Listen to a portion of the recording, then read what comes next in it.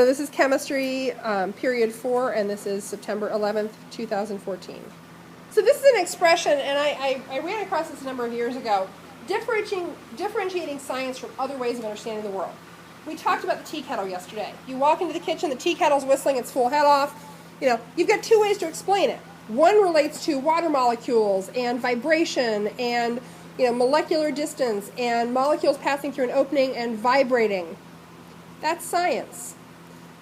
My friend Joe walked in the kitchen 15 minutes ago, turned the kettle on and left, is not science because we can't observe Joe. We don't have any evidence that Joe was in the kitchen. Unless you have a game camera in the kitchen and it clicks a picture every time somebody walks over to the stove and you have a picture of Joe turning on the tea kettle and leaving, then saying, why is the tea kettle whistling? Because Joe turned it on and left, is not science. You have to have observational evidence. So we use this expression con pit. It's a nice little shorthand. Some of it's more useful than others, but we'll walk through it together. Okay, so the C there is consistent. If we're going to explain something and we're looking at an explanation and we're claiming that it is a scientific explanation, it has to be consistent with the way other things work. One of the fantastic things about science and its ability to explain phenomena is that the rules work the same way every place, every time, for everyone. Gravity works the same way on this planet as it does on some other planet, as it does between two specks of dust floating in space, as it does on the bottom of the ocean, as it does on the top of Mount Everest. The fundamental laws of the universe, the laws that describe physical motion, the laws that describe chemical interactions, they work the same way every time, every place. So if we come along with an explanation that works in some completely different way that is not consistent with anything that's ever been seen before, it's probably not science. Because scientific explanations have to fall into that larger body of consistent explanation. Now, that doesn't mean we can't come up with something like, hey, they just crystallized light. Wait a minute. On the face of that, we might look at that and say that's not consistent with what I know about how light behaves and about what kinds of substances you can crystallize. So we have to dig a little bit deeper. And you're not familiar with the term photon yet, in all likelihood. We will talk about the dual wave particle nature of light in chapters 3 and 4. And so light is kind of freaky in that it behaves in both ways, which is consistent on other levels. They've managed to lock photons into place. Oh, okay. So we now have we have an explanation that is consistent with other things we know that fit into the general, larger scheme of how science works. Okay, this is probably not, craziness, wackery, tomfoolery, or a heist, or a hoax. It's probably science, and it is. Observable. This is that part about seeing Joe in the kitchen. If we are going to say that this is a scientific way of explaining things, that explanation has to be based on observational evidence. We can't say, well, because we can't infer and then base a claim on that. We have to have solid evidence, solid observable evidence to base any claim on in science. If we don't have solid observations to base a claim on, it's not science. And a lot of pseudoscience, which, the oxygen water was definitely an example of pseudoscience. They had taken some things that were true scientific statements, then taken some inferences and based some claims on the inferences rather than on any kind of fact. It's not science. And it's got to be natural. This is a big one. We cannot invoke supernatural explanations. So natural means it fits within the way that the natural world, the natural universe works. That's a scientific explanation. Now, are there non-scientific ways to explain things in the world? Absolutely. Absolutely. But if we're going to stick to the realm of science, we have to stick to the realm of the natural. So I'll give you an interesting example. Do any of you know what hantavirus is? H-A-N-T-A, hantavirus. In the early 90s, there was a huge outbreak of hantavirus in the Four Corners region of the U.S., which is where Arizona, Colorado, New Mexico, and Nevada? Utah? Anyway, one of those square states out there. Okay, Utah, that makes more sense. Where they meet. And at the Four Corners region, you have the Diné or Navajo Reservation, and it's desert. It's visually not all that exciting to those of us from the eastern U.S. who are used to our green and our trees. But there it is. And they had this huge outbreak of this hantavirus, and this was frightening. It was one of those things, as many serious illnesses do, it started off as flu-like symptoms. A fever, a cough, some sweats. You just generally feel cruddy. Well, then it progressed to the lungs filling up with fluid and people dying. And it was striking young people in their prime, like, young, healthy 20-year-olds who are typically pretty immune to a lot of stuff. You guys are pretty much at peak immune system. You should be at physiological function. That's who was getting hit. That's who was dying. I mean, old people too, but, it could take down a really healthy, strong 20-year-old. And there was sort of this mystery about where hantavirus was coming from. Well, turns out it comes from mouse pee. Deer mice are carriers. Not only deer mice, the white-footed mouse. And it is transmitted, I believe it's bacterial, it could be viral. It's been too long, I don't remember. But anyway, the infectious agent is transmitted in mouse urine. And specifically, when mouse urine aerosolizes. What does that mean?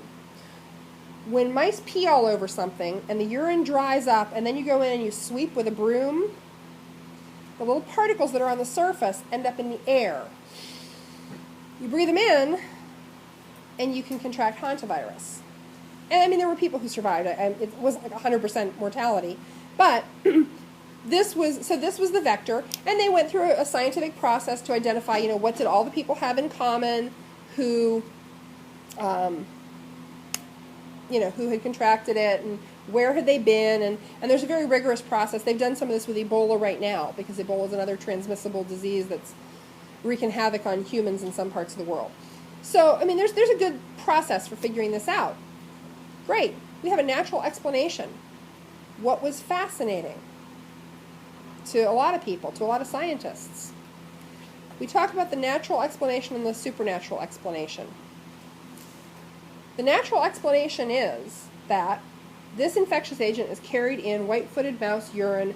When the urine dries on surfaces and is aerosolized, it infects an individual and they contract the disease.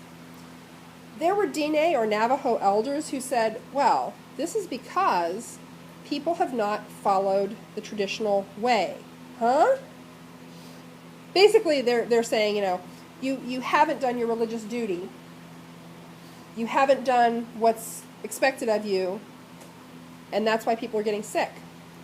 Because within Diné culture, within Navajo mythology, mice are night creatures. And night creatures shouldn't mix with day creatures. And so this is kind of like the Jewish dietary laws. I don't know if any of you are familiar with that.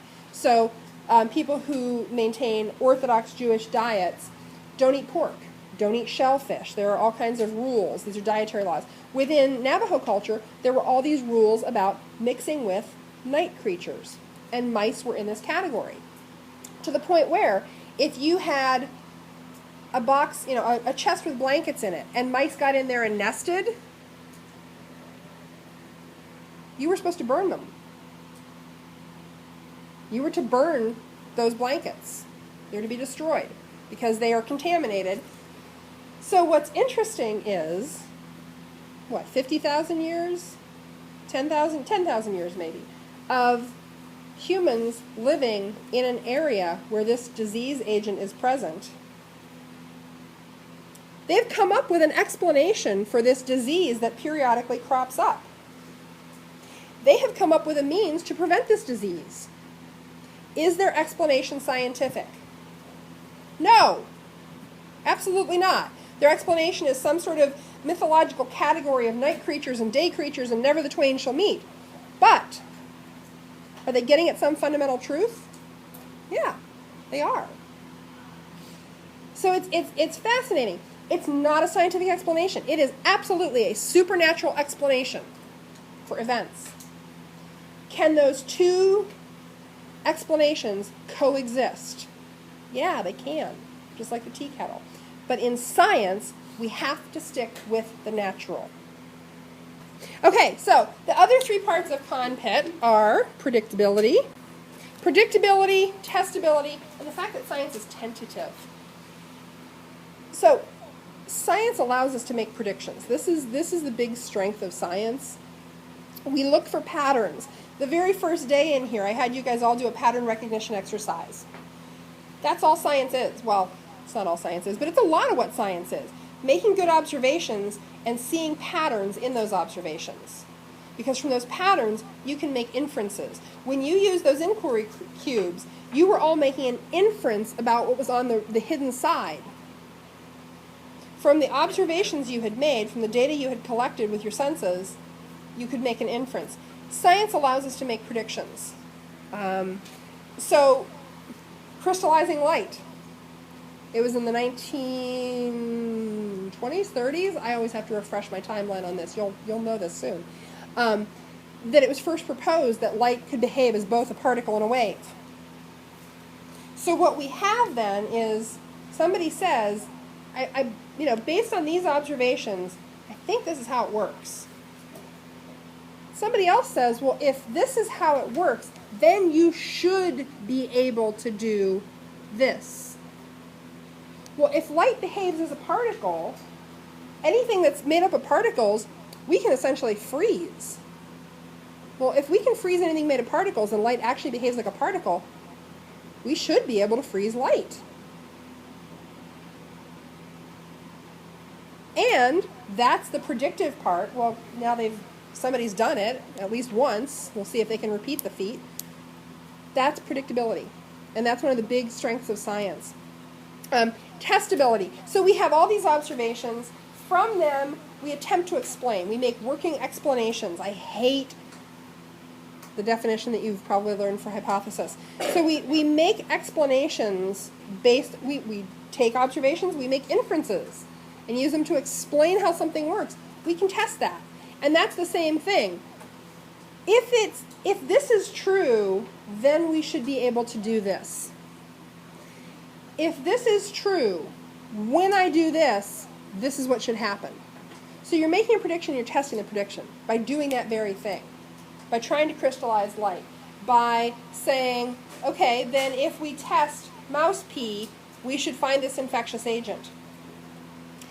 Science is tentative. This is a big one, and it's sometimes this is hard for people to grasp. Science changes. So, have any of you seen this picture? Let me pause. Okay, so there are a lot of pictures out of this phenomena. You may have seen it. And what observations could you make here?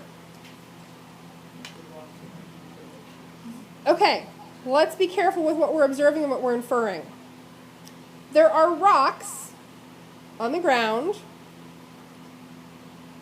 Behind the rocks, there are grooved marks. These grooved marks sometimes change direction. They are not straight lines. The grooved marks are the same width as the rocks. Anything else you could observe? What do you observe?